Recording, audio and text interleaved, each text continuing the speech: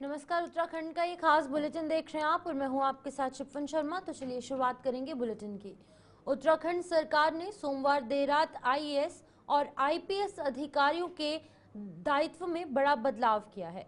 सरकार द्वारा 26 अधिकारियों के दायित्व बदले गए। इनमें 13 आईएएस और 10 आईपीएस अधिकारी शामिल है।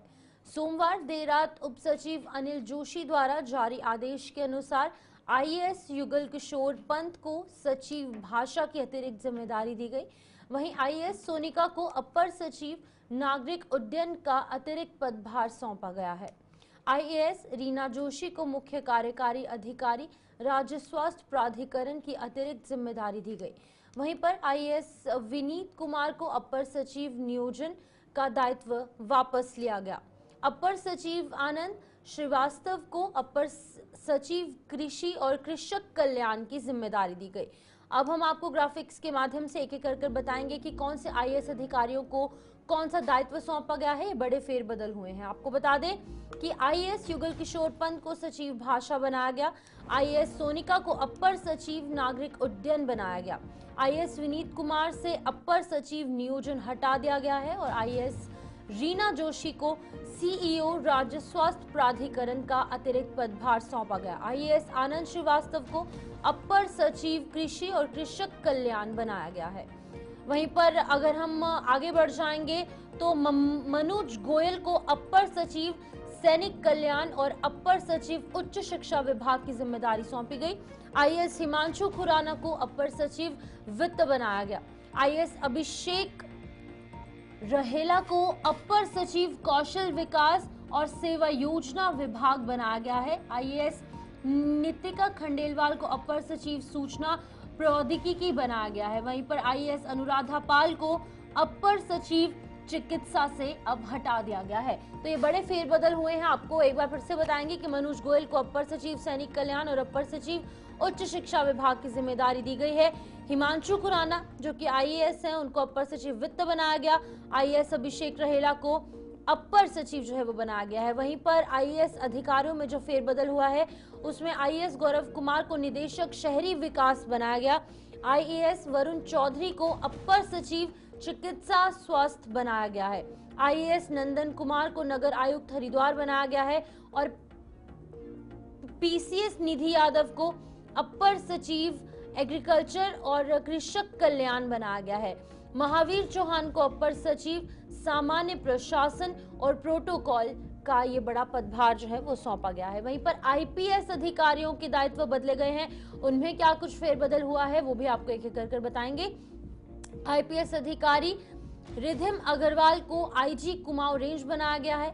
आईपीएस अधिकारी अरुण मोहन जोशी को महानिरीक्षक एसडीआरएफ बनाया गया है। आईपीएस अनंत शंकर ताकवाले को पुलिस महानिरीक्षक प्रशिक्षण दिया गया। वहीं पर आईपीएस योगेंद्र सिंह रावत को पुलिस महानिरीक्षक कार्मिक बनाया गया है। वहीं पर आईपीएस अधिकारी अगर एनएस की बात की जाए तो एनएस को निदेशक यातायात बना दिया गया है, यानी कि उन्हें ट्रैफिक का एक बड़ा विभाग सौंपा गया है। वहीं आईपीएस सुजीत सिंह पवार को अपर पुलिस अधीक्षक एटीएस हरिद्वार का पदभार सौंपा गया। आईपीएस अरुणा भारती को अपर पुलिस अधीक्षक जीआरपी बनाया गया है। आईपीएस जगदीश चंद्र को अपर पुलिस अधीक्षक नैनीताल बनाया गया। आईपीएस लोकजीत सिंह को अपर पुलिस अधीक्षक यातायात देहरादून की जिम्मेदारी दी गई। वहीं पर आईपीएस स्वप्न किशोर को अपर पुलिस अधीक्षक एसटीएफ यानी कि स्पेशल टास्क फोर्स बनाया गया है। तो ये बड़े फेरबदल आईएएस अधिकारियों को और आईपीएस अधिकारियों के अंदर जो बड़े फेरबदल हैं वो हुए हैं और उन्हें दायित्व सौंपे गए हैं। इसी बीच आगे बढ़ जाएंगे। आदर्श संस्था के तत्वाधान में देवभूमि माउली बहार गीतों के एल्बम का मुख्यमंत्री पुष्कर सिंह धामी द्वारा मुख्यमंत्री आवास में विमोचन किया गया। गीत एल्बम में विजेंद्र सिंह बर्तवाल और उत्तम सिंह भंडारी ने स्वर दिया है। गीतकार सत्यपाल सिंह भंडारी, संगीतकार शैलेंद्र शैलू और दिलीप अंजवाल है। अभिनव उत्तम सिंह भंडारी और हरीश कोठारी द्वारा किया गया। इसके प्रोड्यूसर उत्तम सिंह भंडारी हैं। इस दौरान अध्यक्ष आदर्श संस्था आशा कोठारी और सचिव हरीश कोठारी सहित सिद्धार्थ वासन और भावना सभरवाल आदि उपस्थित रहे।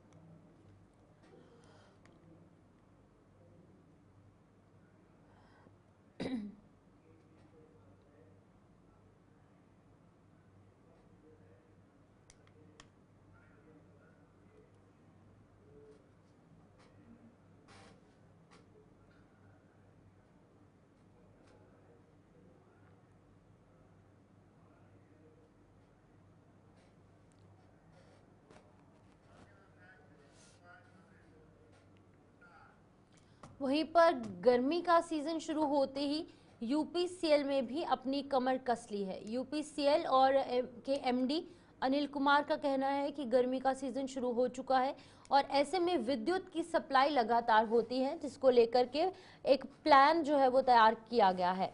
सभी अधिकारियों को दिशा निर्देश दिए गए हैं कि विद्युत कटौती नहीं होनी चाहिए।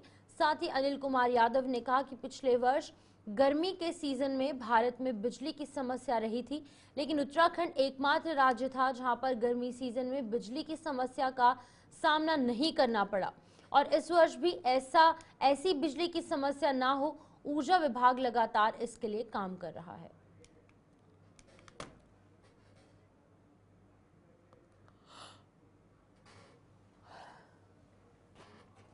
बिजली की कटौती हो जाती है। आपको मालूम होना चाहिए कि पिछले वर्ष पूरे राष्ट्र में बिजली की शॉर्टेज रही, लेकिन उत्तराखंड एक ऐसा एकमात्र स्टेट रहा जिसमें कि एक भी घंटे के लिए भी विद्युत की रोस्टिंग नहीं करनी पड़ी है। ब्रेकडाउन्स गर्मियों में जब लोड बढ़ता है तो कुछ लाइनों पर जरूर हो जाता है, उसको भी हम लोग कोशिश कर रहे हैं कि ब्रेकडाउन ना हो, लेकिन रोस्टिंग जैसी शब्दावली पिछले 1.5 साल से इस प्रदेश में बिल्कुल भी नहीं हुई, ना रोस्टिंग की गई।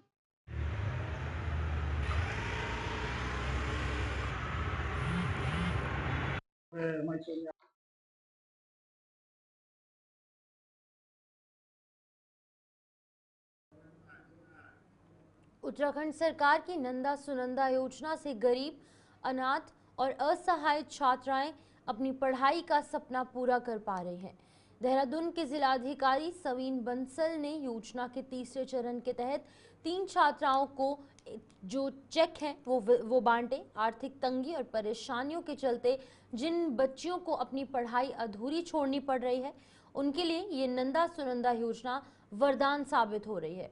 जिलाधिकारी सवीन बंसल ने कहा कि विषम परिस्थितियों में रहकर पढ़ने और आगे पढ़ने की इच्छा रखने वाली बेटियां ही हमारी नंदा सुनंदा देवियां हैं। उन्होंने कहा कि नंदा सुनंदा योजना में कमजोर वर्ग की बालिकाओं के चयन के लिए जिला स्तर पर समिति गठन के साथ एसओपी तैयार की गई है। जैसा कि आप सब विदित ही हैं कि ऑनरेबल सीएम की भी संकल्प हैं और कमिटमेंट्स हैं कि हमारे जो वंचित ग्रुप के बच्चे हैं, महिलाएं हैं, हमारी कॉलेज गोइंग एडोलेसेंट गर्ल्स हैं, सो किसी फैमिली ट्रेजेडी या आर्थिक तंगी के कारण उनको अपनी पढ़ाई बीच में छोड़नी पड़ी, चाहे स्कूल एजुकेशन हो या ग्रेजुएशन हो, स्नातकोत्तर एजुकेशन हो।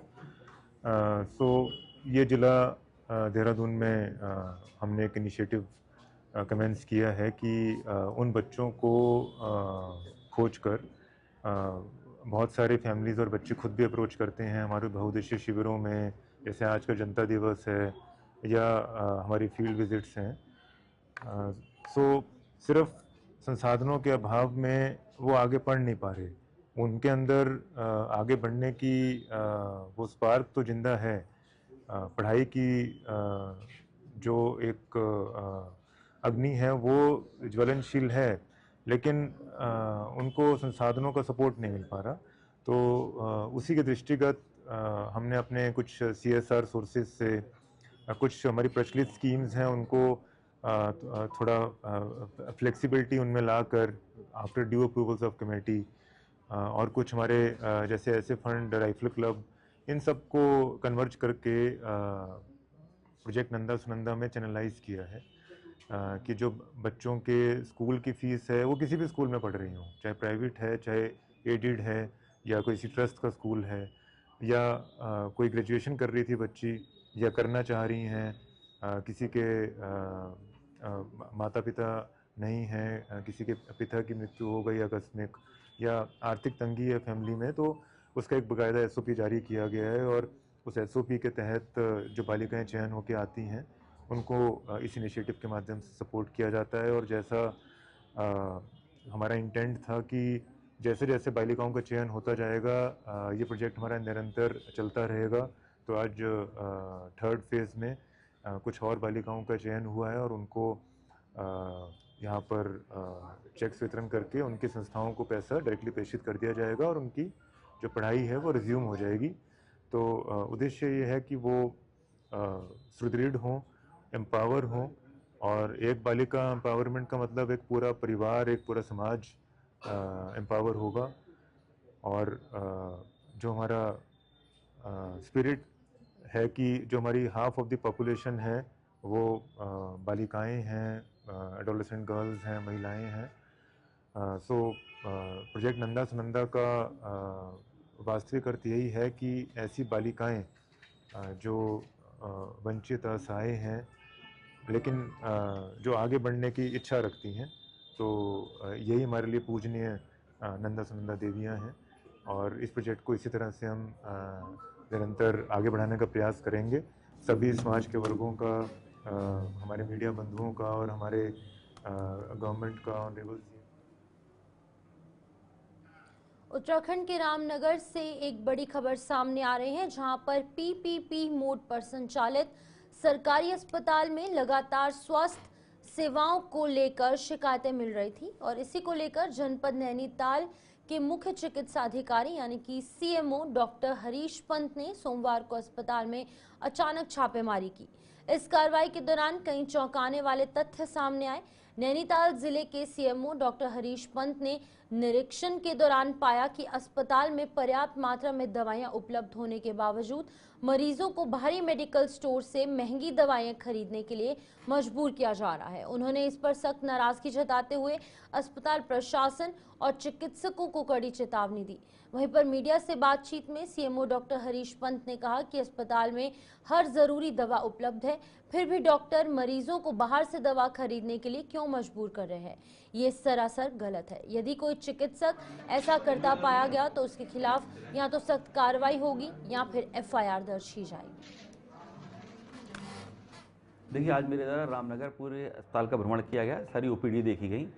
तो जो कमियां थी, जो भी बाज़ार से दवाई अगर लिखी भी जा रही थी, तो इनको संचालकों को कहा गया है कि हर एक डॉक्टर के पास पर्ची रखें कौन कौन सी दवाइयाँ यहाँ पे हैं, और मैक्सिमम दवाइयाँ यहाँ पे मौजूद हैं। मेरे द्वारा फार्मेसी से पूछ लिया गया है, ARV से लेके एंटी स्नेक वेनम और सारी दवाइयाँ मौजूद हैं। और जहाँ तक बाउंसर और डॉक्टर के बिहेव की बात है, डॉक्टर की मैंने एक मीटिंग करी है और उनको मुझे लगता नहीं कि आप लोगों को दोबारा शिकायत मिलेगी और अच्छे से उनको बिहेव करने के निर्देश दिए गए हैं। इसके अलावा जो बाउंसर है वो हम संचालक से बात करते हैं कि वो किस संदर्भ में रखे गए हैं और उनका क्या अस्पताल में परिसर में क्या काम है, क्योंकि अस्पताल में मरीजों का आना जाना होता है, वहाँ बाउंसर रखना बिल्कुल प्रक्रिया के विरुद्ध भी है और मरीज में डर व्याप्त होता है इससे। जी हाँ, मेरे द्वारा जितने भी फिजिशियन, सर्जन और दूसरे भी डॉक्टर थे, बताया गया है कि सारी दवाइयाँ अंदर से ही लिखी जाएँ। बाहर से लिखे जाना वैसे भी पेशेंट के लिए भी ठीक नहीं है और अस्पताल के उसके लिए भी ठीक नहीं, क्योंकि जो भी पेशेंट आता है वो गरीब उसका आता है और बाहर से दवाई लेता है तो उसकी जेब पे अतिरिक्त बोझ पड़ता है। तो अगर कुछ ऐसा दवाई लिखी जाएंगी तो उस चिकित्सक को या तो हटाया जाएगा या फिर उसके खिलाफ। सीएम पुष्कर सिंह धामी के स्पष्ट निर्देशों पर संपूर्ण उत्तराखंड में अवैध मदरसों के खिलाफ प्रशासन द्वारा सख्त कार्रवाई की जा रही है। पहले देहरादून और उधम सिंह नगर में की गई कार्रवाई के बाद प्रशासन ने पौड़ी जिले में भी एक अवैध मदरसे को सील कर दिया है। ये मदरसा पौड़ी जिले के यहाँ पर ग्रेस्टनगंज स्थित मस्जिद में अवैध रूप से चलाया जा रहा था, जहां पर नियमों और कानूनों की अनदेखी करते हुए इसे चोरी छिपे संचालित किया जा रहा था। इस पर पौड़ी जिला प्रशासन ने तत्परता से कार्रवाई करते हुए मदरसे को सील कर दिया। ये कार्रवाई साफ संदेश देती है कि उत्तराखंड में अब कहीं भी, चाहे वो पहाड़ हो या मैदान, अवैध रूप से मदरसों का संचालन नहीं होने दिया जाएगा। जहां भी इस तरीके के अवैध मदरसे चल रहे होंगे वहां पर तुरंत ताला जड़ने की कार्रवाई की जाएगी। सीएम धामी के निर्देशों पर प्रदेश भर में मदरसों की चेकिंग तेज कर दी गई है। जहां भी किसी मदरसे के अवैध रूप से संचालित होने की जानकारी मिलती है, प्रशासन तुरंत उस पर कार्रवाई कर उसे सील कर रहा है। केदारनाथ पैदल मार्ग से बर्फ हटाने का काम शुरू कर दिया गया है। पीडब्ल्यूडी ने 50 मजदूरों की टीम को लिंचौली से ऊपर भेजा है, जो रास्ते में टूटे ग्लेशियरों की बर्फ हटाते हुए आगे बढ़ेंगे। जल्द ही मजदूरों की एक और टीम पैदल मार्ग में बर्फ हटाने को लेकर भेजी जाएगी। जिलाधिकारी सौरभ गहरवार के निर्देशों पर आगामी केदारनाथ यात्रा की तैयारी शुरू हो चुकी है। आपको बता दें कि सोमवार को लोक निर्माण विभाग गुप्तकाशी के 50 मजदूरों की टीम को 16 किलोमीटर पैदल मार्ग से बर्फ हटाने के लिए भेजा, जो कि छोटी लिंचौली से आगे बर्फ हटाने में जुट गई है। हालांकि खराब मौसम के चलते पहले ही दिन में टीम को मुश्किलों का सामना करना पड़ा। इससे पूर्व प्रशासन और लोक निर्माण विभाग द्वारा केदारनाथ पैदल मार्ग का संयुक्त निरीक्षण किया गया, जिसके बाद बर्फ हटाने का काम शुरू किया गया। वहीं पूर्व मुख्यमंत्री हरीश रावत ने पूर्व कैबिनेट मंत्री प्रेमचंद अग्रवाल के इस्तीफे को लेकर कहा कि ये सत्ता के अहंकार का पतन है और अगर राजनीतिक जीवन में रहने वाला व्यक्ति अपनी वाणी पर संयम नहीं बरतेगा तो इसी तरीके के परिणाम भुगतने होंगे। पूर्व मुख्यमंत्री हरीश रावत ने कहा कि प्रेमचंद अग्रवाल से ज्यादा अहंकार भारतीय जनता पार्टी के प्रदेश अध्यक्ष महेंद्र भट्ट ने दिखाए हैं, जिन्होंने कि राज्य के लोगों को सड़क छाप तक कह दिया था। सत्ता के अहंकार का पतन है और ये एक सबक है सारे उत्तराखंड के राजनेताओं के लिए कि यदि आप वाणी का और शब्दों का संयम नहीं रखेंगे और राजनीतिक दलों के लिए ये भी सबक है कि आप यदि लोगों को बांटने की कोशिश करोगे तो उसके परिणाम अच्छे नहीं और आपको लोगों के गुस्से के रूप में उसके परिणामों को भुगतना पड़ेगा। तो ये जो प्रेमचंद जी का इस्तीफा है, ये इसके परिणामों से भयभीत भाजपा ने मजबूरी में ये कदम उठाया है, मजबूरी में उठाया है। और सत्यता ये है कि प्रेमचंद से ज़्यादा तो अहंकार तो उनके अध्यक्ष ने दिखाया है। पहले उन्होंने मैदानी पहाड़ी किसी ने नहीं कहा यहाँ, सबसे पहले व्यक्ति थे जिन्होंने इसको ये रूप देने की कोशिश की ताकि प्रेमचंद पर हमला न हो। जब लोगों ने कहा नहीं ये तो उत्तराखंड का अपमान है और किसी भी वर्ग के लिए इस तरीके की टिप्पणी की गई होती तो हमारा यही रिएक्शन होता, यही हमारा गुस्सा होता, तो फिर उनके समझ में आया तो फिर उन्होंने जो है ऐसा कहने वाले लोगों को सड़क छाप कह दिया। तो ये एक अपमानजनक टिप्पणी है धार्मिक जीवन के लोगों को। अब भाजपा इस तरीके की बातें करती है तो ये प्रसंग। उत्तराखंड में होली का त्योहार कई दिनों तक लगातार मनाया जाता है। होली के बाद भी राज्य में होली मिलन समारोह का लगातार आयोजन हो रहा है। वहीं पर संगम ट्रस्ट की ओर से भी होली मिलन का कार्यक्रम का आयोजन किया गया, जिसमें कई गणमान्य लोगों ने प्रतिभाग किया। इस मौके पर संगम ट्रस्ट के अध्यक्ष राजेश तिवारी ने कहा कि होली का त्योहार एक ऐसा त्योहार है जिसको हम सब लोग मिलजुल कर मनाते हैं।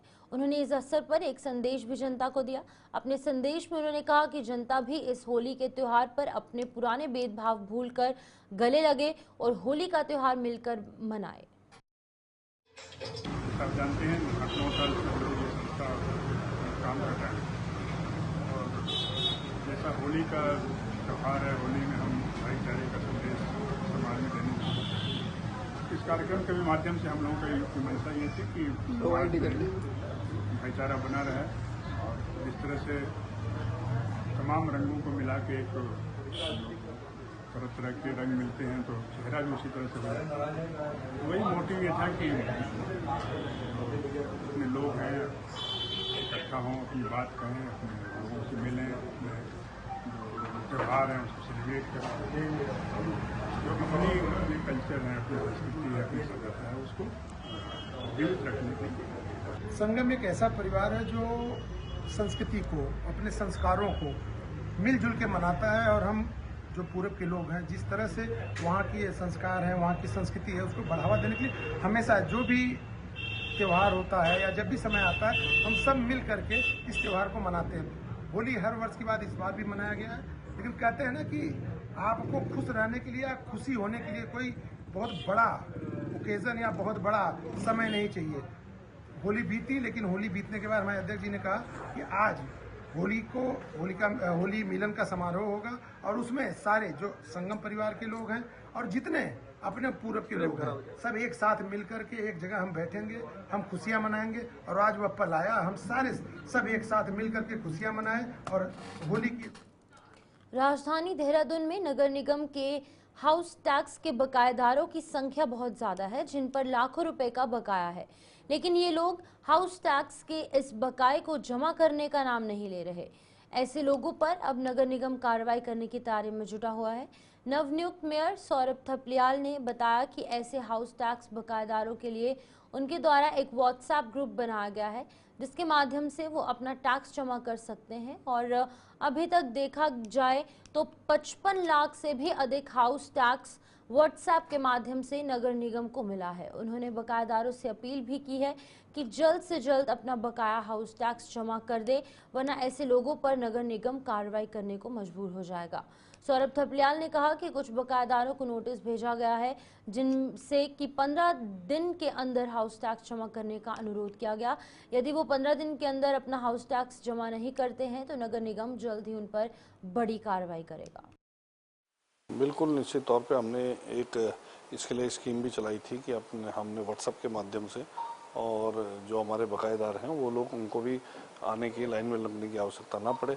आजकल टेक्नोलॉजी का ज़माना है तो उसका उपयोग करते हुए अपना बकाया जो राशि है वो दे सकें। तो उसका अच्छा वो भी रहा, रिजल्ट अच्छा रहा। 55 लाख रुपए लगभग हम इससे ज़्यादा हम लोगों के पास जो है व्हाट्सएप के माध्यम से ही इसमें आ गया है। साथ ही जो कुछ बड़े बकायेदार हैं उनको भी हम लगातार उनको नोटिस भेज रहे हैं और ताकि वो अपना समय जो है, अपना जो बकाया है उसको हमको दे सकें। तो निश्चित तौर पे अभी हम उनके जो जवाब का इंतज़ार कर रहे हैं और अगर वो हमारा बकाया वापस करते हैं जितनी भी राशि, तो बहुत अच्छी बात है। और नहीं करेंगे तो फिर हम उसके हिसाब से कार्रवाई करेंगे। तो चलिए फिलहाल उत्तराखंड बुलेटिन में इतना ही। दीजिए इजाजत और आप बने रहिए गुलिस्तान न्यूज़ के साथ।